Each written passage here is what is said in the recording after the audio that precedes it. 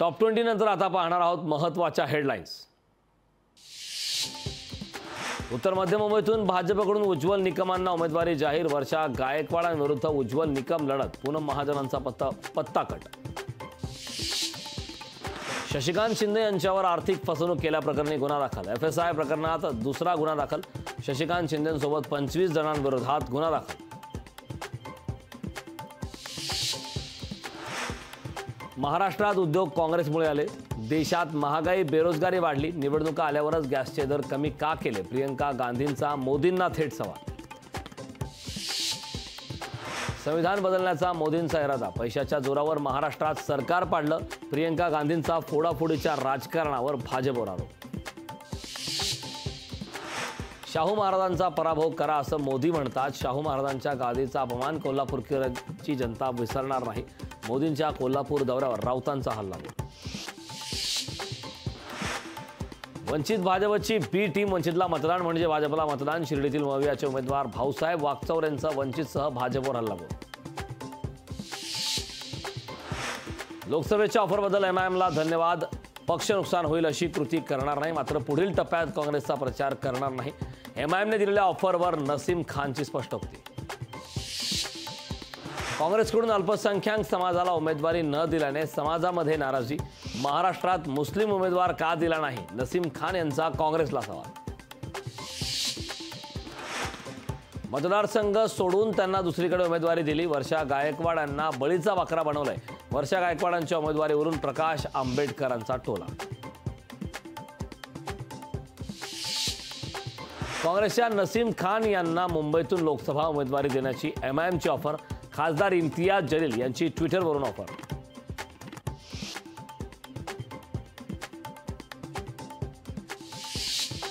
महायुतीच्या प्रचारार्थ कोल्हापुरात पंतप्रधानांची जाहीर सभा। जाहीर सभेत राजवर्धन कदम बांडे होणार सहभागी। राजश्री शाहू महाराजांच्या गादीचे वंशज असल्याचा कदम बोंडे यांचा आरोप। केंद्र सरकारकडून कांदा निर्यात करण्यास हिरवा कंदील। 6 देशात 99,150 मेट्रिक टन कांदा निर्यातीस केंद्राकडून परवानगी। शेतकऱ्यांनी डोळे वटारले आणि निर्यात बंदी उठवली। त्यांचे उमेदवार पाडा तरच त्यांना कांदा उत्पादक शेतकऱ्यांची ताकद कळेल। राजू शेट्टींचे शेतकऱ्यांना आवाहन।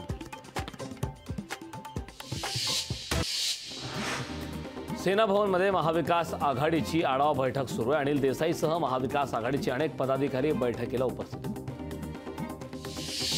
चंद्रहार वाडलांच्या प्रचारासाठी महाविकास आघाडी एकवटले। जयंत पाटील विश्वजित कदमांच्या उपस्थितीमध्ये सांगलीत ही संयुक्त बैठक पार पडली।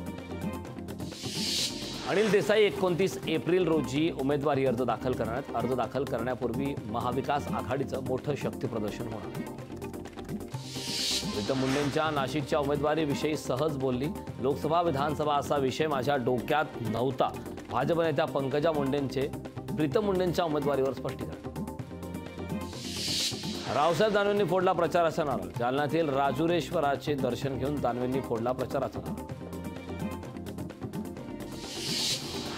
संजोग वाघेर यांनी घेतला अजित पवारांचा आशीर्वाद। राजकीय संस्कृती जपण्यासाठी आशीर्वाद घेतला। संजोग वाघेर यांची प्रतिक्रिया।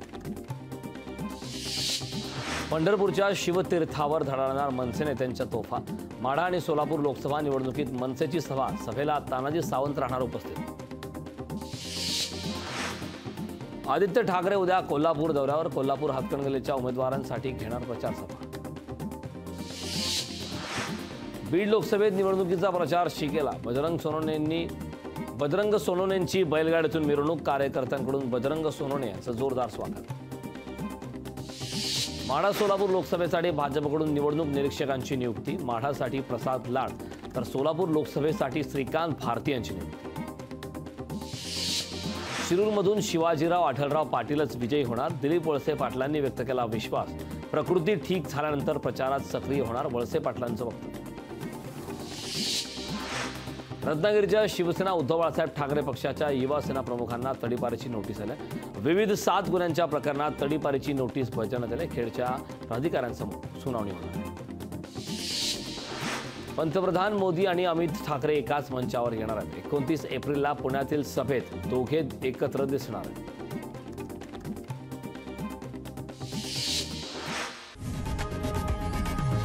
लोकशाही मराठी ऐका, पहा, जागरूक रहा.